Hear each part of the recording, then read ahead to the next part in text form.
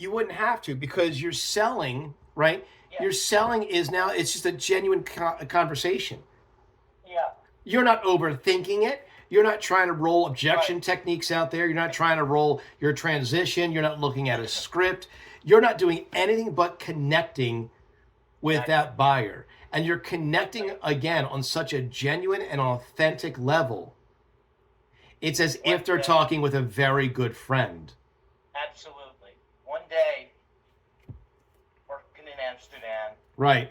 on stock, and my manager verified the deals. Peter.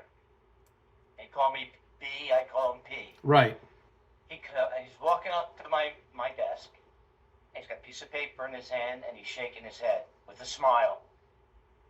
I go, hey, P, what's up? He says, I don't know what the hell you told this guy. Mm-hmm.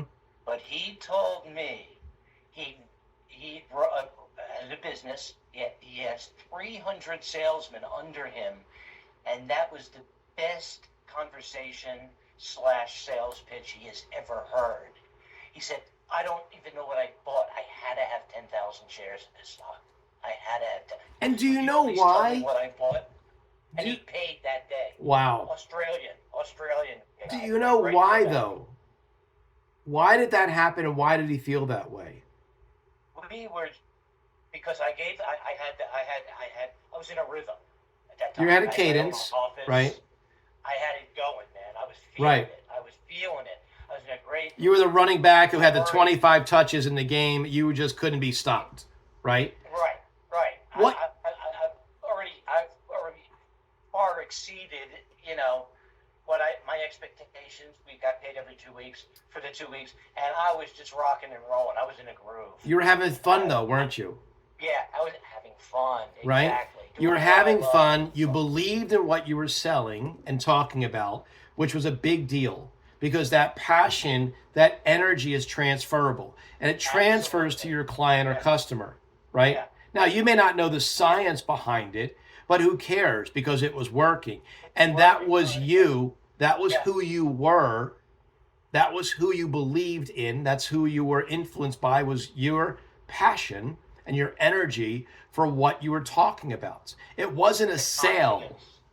It wasn't a sale. It was taking, like you said, that confidence you had in what you were talking about, and you were helping him. Yeah. Right? Because this was going to help him in some way, shape, or form. And he appreciated that. Another quick story. Amsterdam, we're doing a private placement, right? For Fortis Bank, which is taken over by ING Bank. Right. Big bank. Yeah. ING is a big bank. So we're running it through there, and we're selling a private placement. I called this guy, a German guy, right? And I'm in my thing. I'm doing my thing. Doors closed. I have my own office. Doors closed. Small office. And I stand up. I throw my body into it, We got the old dog and bone, with the extra long cord. And this and that and the other. Guy says, okay. He says, I'll take 10,000 shares. He says, I'll go with the 10,000. Right. Not like that, but, ended up, it was a deal, 55 grand, right? So 10,000 shares for 55,000. Okay. Right, at 550 share. I'm working on 20 points, right? Beautiful sale. That was a Wednesday. He went to the bank on Thursday, sent me the receipt, right? Money's on the way. The money hit Friday morning. He called Friday afternoon to cancel. He had buyer's remorse. So they sent him to me. And he said, I said, Fritz, what happened? He said, you were so convincing. You were so excited that I had to have this. Exactly. I had to have some of this. I said, let me tell you something. And I got even more excited. And more. And he said, no, let's stick where we're at. A couple weeks later, I went in and loaded them up again, and this guy bought like 6-7 times. So, but that showed again another example of what does that show if you were training or teaching, right? What does that demonstrate, that story right there of the gentleman buying a huge amount of shares of stock and then comes back the next day and says, basically, I need to cancel. But instead of canceling him, you got to be even more excited about the purchase. And he stayed with it. And not only that, but reloaded in a couple of weeks for more. Yes, 6, 7 times. Yeah. Because it's the buyer's remorse is reaction from internal, our own nervous system, that states that, oh my God, you made a mistake. We go into fight or flight mode. They call back, right? Better to lose or get out of what I had rather than take the risk and gain something, because I hate that unnerving feeling. I don't know what's going to happen. There's a ton of uncertainty for people, and you need that certainty, right? A lot of us do. But you were able to overcome that with the passion and the energy again. So what would you tell someone is the moral of that story? Yeah, right. Yeah. You know, it was basically, luckily, stock I sold him was at 550.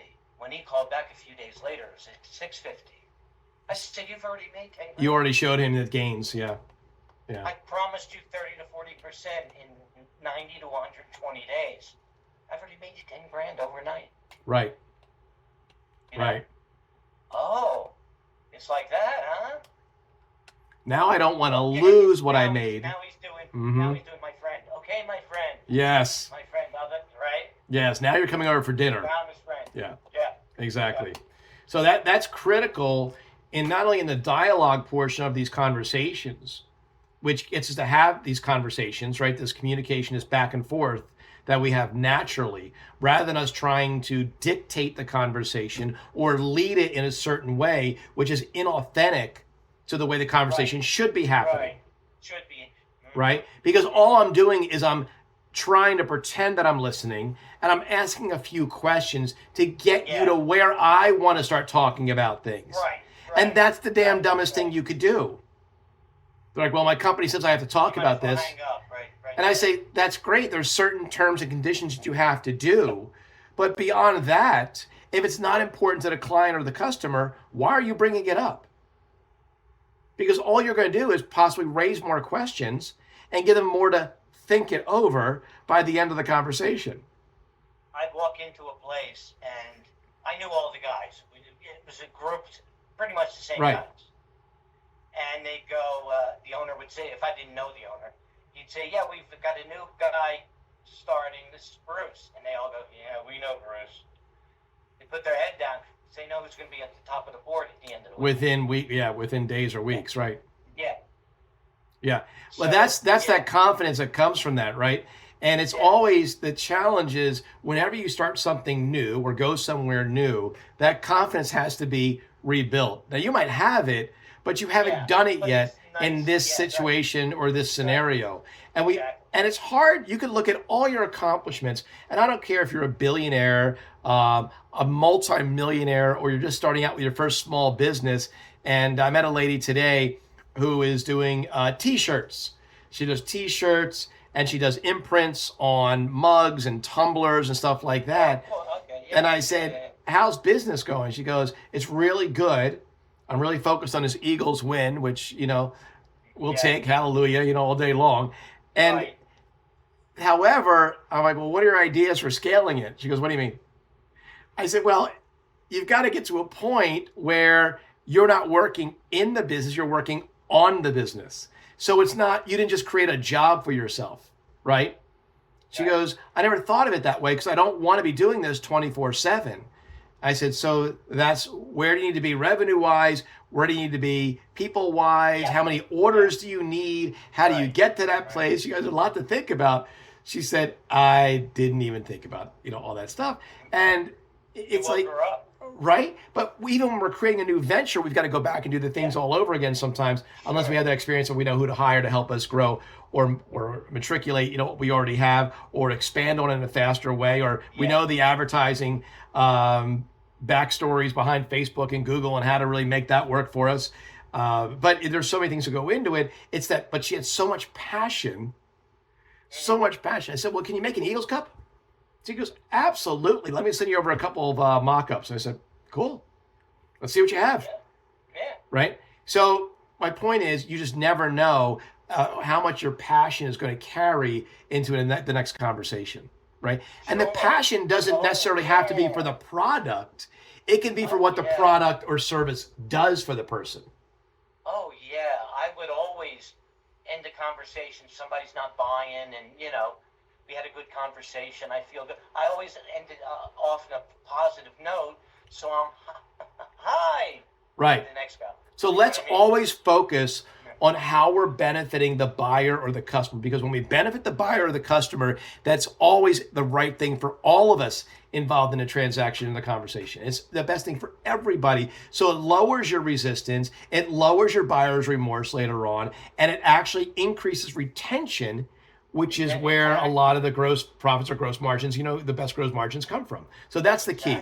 Do what's right, do what's right for others, so we can actually have a great dialogue, great conversation, and a great experience. That's the key.